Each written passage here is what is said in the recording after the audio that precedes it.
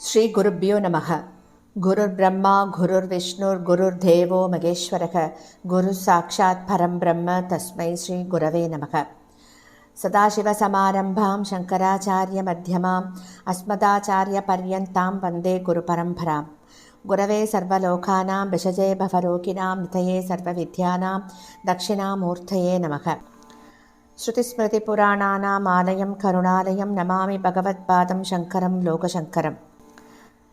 सदात्मध्याननिरतं विषयेभ्यः पराङ्मुखं नौमि शास्त्रेषु निष्णातं चन्द्रशेखरभारतीं. विवेकिनं मगाप्रज्ञं धैर्यौधार्यक्षमानिधिं सदा अभिनवपूर्वं तं विद्यातीर्थगुरुं भजे. भारतीकरुणापात्रं भारतीपदभूषणं भारतीपदमारूढं भारतीतीर्थमाश्रये. विद्याविनयसम्पन्नं वेदरागं विवेकिनं वन्दे वेदान्ततत्त्वज्ञं विदुशेखरभारतीम्. அனைத்து பெரியோர்களுக்கும் நீலாயதாட்சி குமாரின் நமஸ்காரங்கள். பிரதி குருவாரம் நம்ம சிங்கேரியில் சங்கரரை பத்தி கேட்டுருக்கோம். குருநாதர்களோட பேரருள்ள இந்த காவியத்தின் நூலாசிரியர் திரு கே நாராயண சுவாமி அவர்கள். இவர் எழுதிய புத்தகத்தின் ஒவ்வொரு வரிகளையும் தான் நம்ம அனுபவிச்சு கேட்டுருக்கோம். பிரதி குருவாரத்திலையும் போன வாரத்தின் தொடர்ச்சியை தான் தொடர்ந்து கேட்க போகிறோம். 119வது வாரமாக ஸ்ரீ வித்யாரண்ய சுவாமிகள் மற்றும் இரண்டாம் அரிகரனின் பிரயாணம் தொடர்ந்து நடந்துருக்கு. இப்போ அவர்கள் இருவரும் எங்கே பிரயாணம் பண்ணிட்டு இருக்கா அப்படிங்கறத நாம பார்க்கலாம். ஸ்ரீ வித்யாரண்யரின் மேனா பல்லக்கும் சிறு பரிவாரமும் சிங்கேரிய அடைஞ்சொடுத்து. சிங்கேரியை அடைந்து மடத்தின் வளாகத்தில் நுழையரா.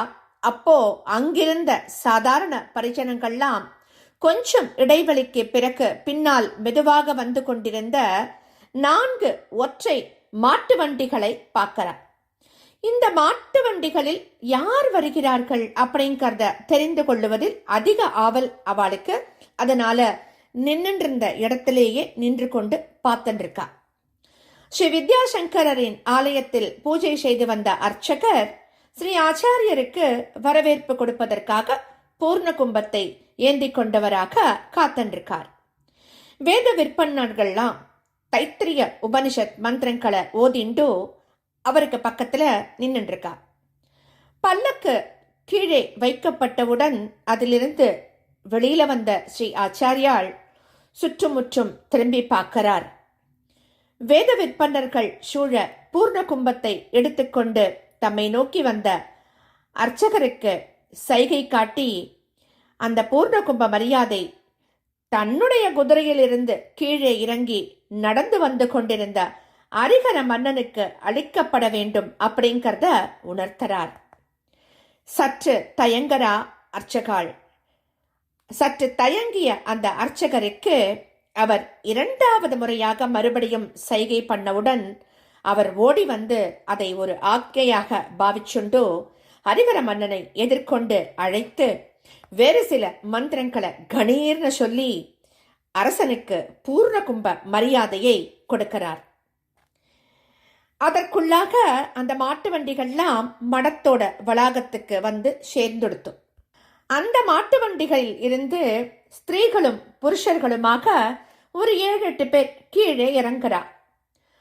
ஸ்ரீ ஆச்சாரியால் உடனே சொல்றார், அவா நம்முடைய அதிதிகள். அவளை அழிச்சுண்டு அக்ரஹாரத்துல ஏதாவது ஒரு கிரகத்துல தங்குவதற்கு ஏற்பாடு செய்யுங்கோ. வேளா வேளைக்கு ஆகாரம் ஸ்நானம் ஆகியவற்றுக்கும் வசதி செய்யுங்கோ அப்படின்னு ஒரு உத்தரவு போடுறார். ஏற்கனவே தகவல் அனுப்பப்பட்டிருந்ததால் அரசனுக்கும் அவனுடைய மெய்காப்பாளர்களுக்கும் சௌகரியங்கள்லாம் தயாரா இருக்கு. அந்த சமயம் மாலை வேளை நெருங்கி விட்டது. அதனால ஸ்ரீ ஆச்சாரியர் அரிகர மன்னன் பக்கமாக திரும்பி சொல்றார், ஹே ராஜன், இது உங்களுடைய இடம். நீங்கள் வெகு சுவாதீனமாக இங்க இருக்கலாம். உங்களுடைய ஆணையினால் கட்டத் தொடங்கப்பட்ட எம்முடைய குருநாதரின் அதிஷ்டான ஆலயம் முழுமையாக எழும்பிவிட்டதாக சொன்னார்கள். அதையும் பார்வையிடுங்கள். நாம் ஸ்நானம் செய்து சாயங்கால அனுஷ்டானங்களை எல்லாம் செய்து முடிக்கிறோம்.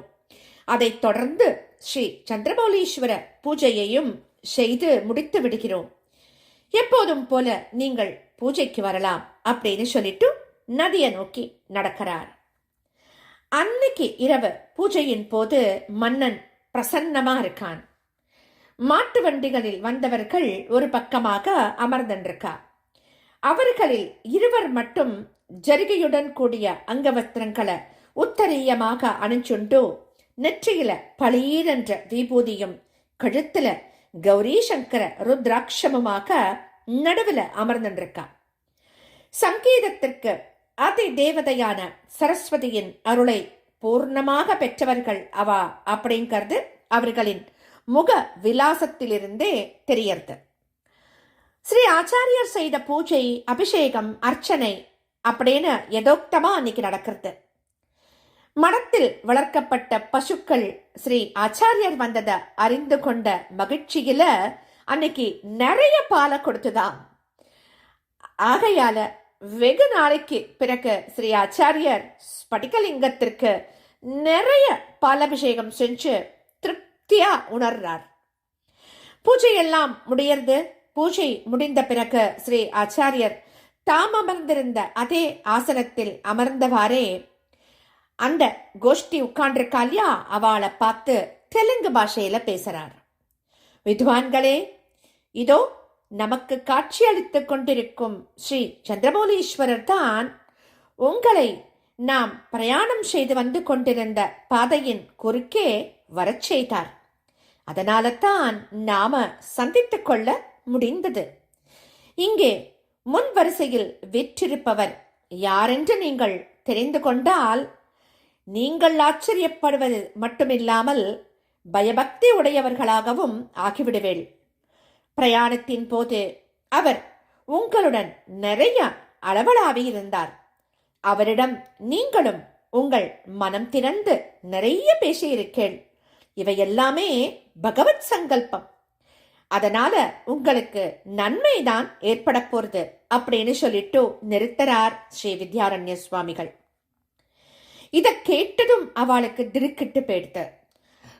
திடுக்கிட்டவர்களாக அந்த கோஷ்டியினர் அனைவரும் உடனே எழுந்து நிற்கிறார்.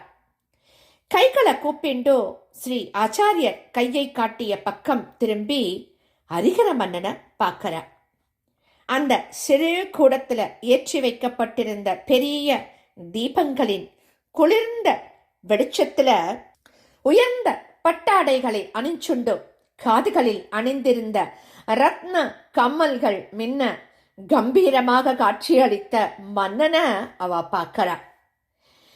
இவரே நம்மை ஆளும் சக்கரவர்த்தி, விஜயநகர சாம்ராஜ்யாதிபதி ஹரிஹர ராஜன். ராஜதானிக்கு போய்விடுவதே உங்களுடைய முதல் நோக்கமாக இருந்தது. துருஷ்கர் படையின் கொடுமைகளை நேரில் பார்த்து அனுபவித்த நீங்கள் மேலும் தெற்கு நோக்கியே தொடர்ந்து பிரயாணம் செய்வோம் என்று நினைத்து உங்கள் லட்சியத்தை மாற்றிக்கொண்டதால் எமது பிரயாண பாதையில் குறுக்கே வந்தீர்கள். தெய்வாதீனமாக சக்கரவர்த்தி அவர்களை அவர் யாரென்று தெரியாமலேயே பரிச்சயம் செய்து கொண்டேள். அவருடைய மனத்தை உங்களுடைய கௌரவமான நடத்தையினாலும் வித்வத்தினாலும் கவர்ந்து விட்டேள். இனி உங்களுடைய சேமத்திற்கு அவரே பொறுப்பாக இருப்பார். அவர் இந்த சிங்ககிரியில் சில நாட்கள் தங்கியிருப்பார்.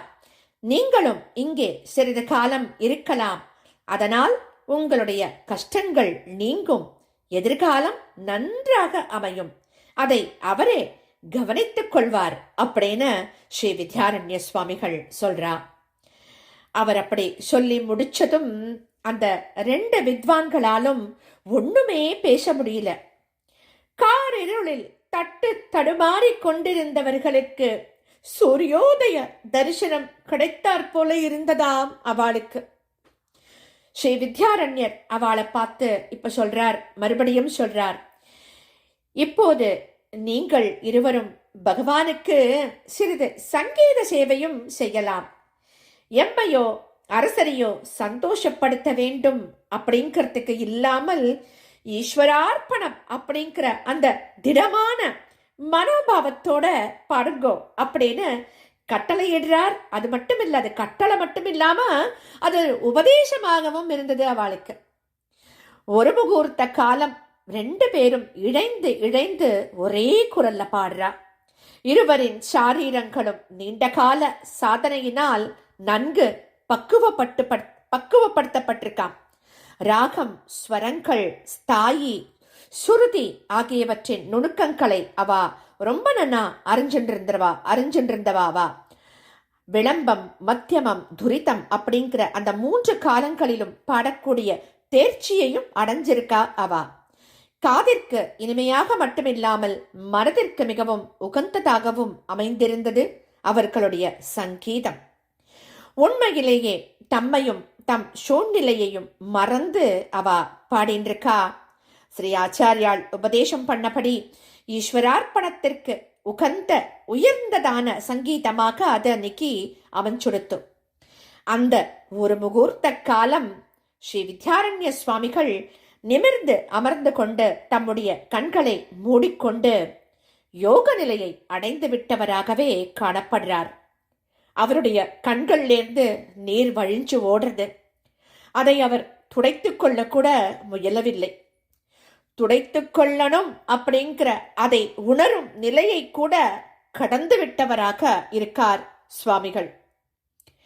அந்த சமயத்தில், அதாவது அதே சமயத்துல மற்ற கலைகளுடன் சாஸ்திரிய சங்கீதத்தையும் பயின்றிருந்த ஹரிஹர மன்னன் தன்னோட மனசுல ஒரு பிரார்த்தனையை செஞ்சுக்கிறான்.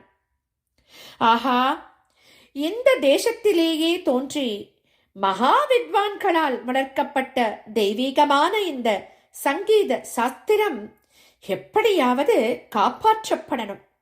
அதற்கு பகவான் தான் துணையாக இருக்கணும் அப்படிங்கிறது தான் அவருடைய பிரார்த்தனையாக இருக்கு.